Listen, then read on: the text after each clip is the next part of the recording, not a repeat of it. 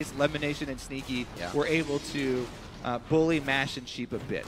Now, though, with Cris delaying them up top, not only to get summoner spells, pay for this freeze. That's some good damage there just from the Seeker's arm guard. LemonNation getting caught up.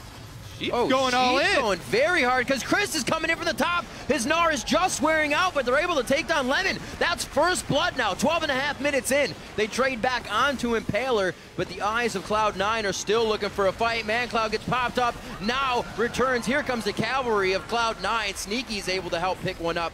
Balls is actually going to secure that kill. This dragon for mid turret damage and top turret damage.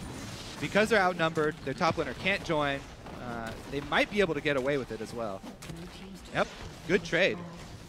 Very good trade here for Cloud9. This does, it starts to be a worry though. This is number 2 for Coast. I don't think Cloud9 are worried about giving up those mid-game team fights though, because they're getting so far ahead in gold with these early turns that they're taking down in the late game.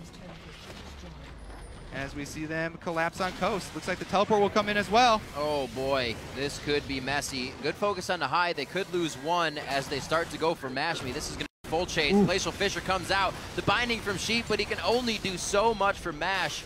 And he goes down, but they will be able to drop high. So the 1-for-1 trade. Yeah, an interesting split right now because Coast are still in between. Cloud9 have them completely encircled.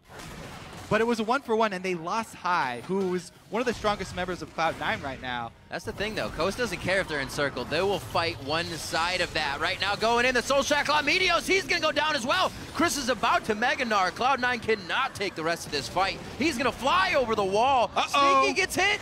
He does not get scattered for long enough, and they're able to turn around. As we said, so much gold, and Cloud9 will have an easy time taking this. This is going to be a team fight for sure. Cloud9 have to peel off of it.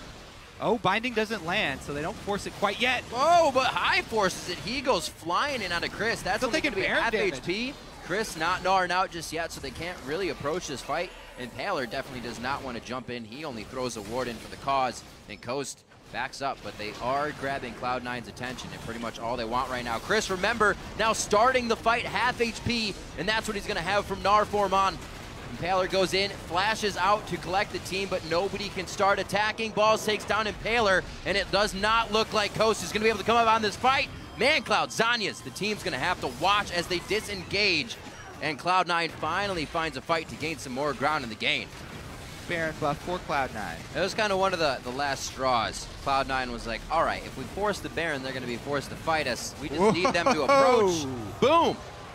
There's another one coming up for Sneaky. Baron goes over to Cloud9. Cloud9 are pressing in very quickly. He did stop his back.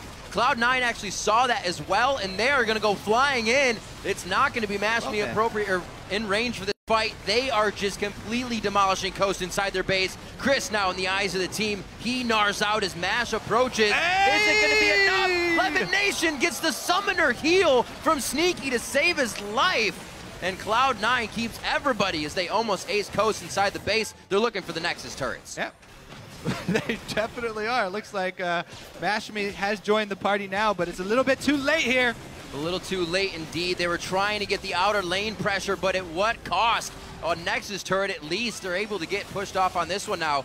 Looks like Cris, a little bit more damage as he deters them, but he does not want to do it with his life. Cloud9, they pick up the dragon on the exit path.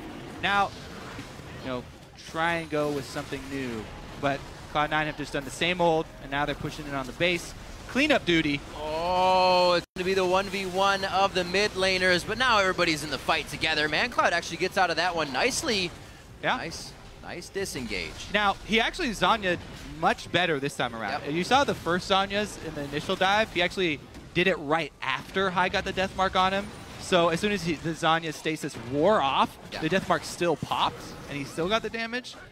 But this time, he gets it off before the death mark lands, so he was able to survive. It's a very small win, though, as their entire base is gone. Yeah, you can only do it once, and then it takes a little bit to cool down, Kobe. And that's going to be enough of a window for Cloud9 to make the move again. They take down Cris. He's the tank. He's the biggest one, even out of Gnar form. And it looks like it's going to be one Nexus turret left. Cloud9 coming up strong in just under 35 minutes here against Coast in Week 6.